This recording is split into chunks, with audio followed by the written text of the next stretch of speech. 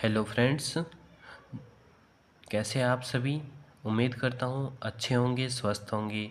जो पिछली वीडियो हमने अपलोड की थी उसमें हमने जो वायु है, ये चैप्टर हमारा लेसन नंबर 4 है, क्लास 7th का हमारा पर्यावरण बुक से। इसका पार्ट 1 किया था। तो चलिए आज हम इसका पार्ट 2 करते हैं। मौसम। मौसम वायुमंडल की प्रत्येक घंटे तथा दिन प्रतिदिन की स्थिति होती है। मौसम नाटकीय रूप से दिन प्रतिदिन बदलता है। मतलब कि मौसम क्या है, वो नाटकों की तरह है, दिन प्रतिदिन बदलता रहता है, स्थिर नहीं रहता। ठीक है। जलवायु। दीर्घकाल में किसी स्थान का औसत मौसम उस स्थान की जलवायु कहलाता है। दीर्घकाल मतलब क्या होता है, लंबे समय तक किसी भी स्थान का औसत मौसम उस स्थान की क्या कहलाता है, जलवायु कहलाता है। तापमान। वायु में मौजूद ताप एवं शीतलता के परिणाम को तापमान कहते हैं। तापमान दिन में, रात में व ऋतुओं के अनुसार बदलता है। तापमान मतलब कि दिन में तो गर्म रहता है, रात में थोड़ा ठंडा हो जाता है और ऋतुओं के अनुसार भी बदलता रहता है। जैसे कि सर्दियों में सर्दी रहती है, गर्मियों में गर्मी रहती है। आयतन। सूर्य से आने वाली वह ऊर्जा जिसे पृथ्वी रोक लेती है उसे क्या कहते हैं हम, आतपन। वायु दाब। पृथ्वी की सतह पर वायु के भार द्वारा लगाया गया दाब वायु दाब कहलाता है। पवन किसे कहते हैं हम, हवा जो है। उच्च दाब क्षेत्र से निम्न दाब क्षेत्र की ओर वायु की गति को पवन कहते हैं।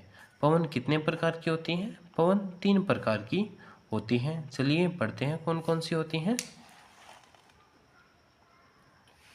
पहली है स्थायी पवनें। व्यापारिक पश्चिमी एवं पूर्वी पवनें स्थायी पवनें हैं। ये वर्ष भर लगातार निश्चित दिशा में चलती रहती हैं। स्थायी मतलब कि ये फिक्स है कि एक ही दिशा में चलेंगी। दूसरी है मौसमी पवनें। ये पवनें विभिन्न ऋतुओं में अपनी दिशा बदलती रहती हैं, इसलिए इनको क्या कहा गया है, मौसमी पवनें। और जो तीसरी है हमारी, वे हैं स्थानीय पवनें। ये पवनें किसी छोटे क्षेत्र में वर्ष या दिन के किसी विशेष समय में चलती है। उदाहरण समुद्र पवनें या फिर लू, जो गर्मियों में चलती हैं। विशेष हो गई ना, सिर्फ गर्मियों में चलेंगी लू, सर्दियों में तो चलती नहीं। लू किसे कहते हैं हम, गर्म हवा को कहते हैं। फिर है चक्रवात। भारत के पूर्वी समुद्री तट पर ओडिशा में बंगाल की खाड़ी से उठने वाले चक्रवातों का खतरा बना रहता है। तीव्र वेग वाली यह पवन पेड़ों को, भवनों को, मनुष्य की को बुरी तरह नुकसान पहुंचाती है। इसी को क्या कहते हैं हम, चक्रवात। चक्रवात किसे कहते हैं, जो तेज हवाएं चलती है ना, जो बहुत ज़्यादा नुकसान करती है, उसी को चक्रवात कहते हैं। फिर आता है आर्द्रता।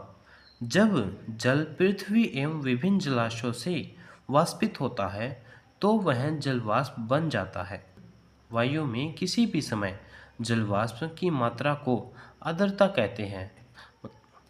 आर्द्र दिनों में कपड़े जल्दी नहीं सूखते हैं। जल वाष्प होते हैं वो ऊपर संघनित होकर ठंडा होकर जल की बूंद बनाते हैं। बादल इन्हीं जल बूंदों का ही एक समूह होता है। ये भारी होने पर वर्षा के रूप में नीचे आती है। ज़्यादातर भौम जल वर्षा जल से ही प्राप्त होता है। वर्षा बहुत ज़रूरी है। कम वर्षा सूखे का कारण बनती है, वह अधिक वर्षा बाढ़ का कारण बनती है। इसी को जल चक्कर भी कहते हैं, क्योंकि ये सिस्टम चलता रहता है। वाष्प फिर से जो वर्षा द्वारा नीचे जो जल आया है वो फिर से वाष्प बनेगा, वाष्प से बूंदें बनेंगी, बूंदों से फिर बादल बनेंगे, फिर बादल वे बारिश करेंगे, बारिश करके फिर भौमजल में परिवर्तित हो जाएंगे या समुद्र जल में परिवर्तित हो जाएंगे। फिर वाष्पीकरण का सिस्टम चलता रहता है। इसी को क्या कहते हैं, वाष्पीकरण का चक्कर भी कहते हैं या फिर जल चक्कर भी कहते हैं। इसी के साथ जो हमारा आज का ये चैप्टर है वे समाप्त होता है। अगर आपको वीडियो अच्छी लगी हो तो आप हमारे चैनल को सब्सक्राइब कर लीजिए, ताकि जो और भी हम नई नई वीडियो लाएंगे वे आप तक पहुंच सके। धन्यवाद।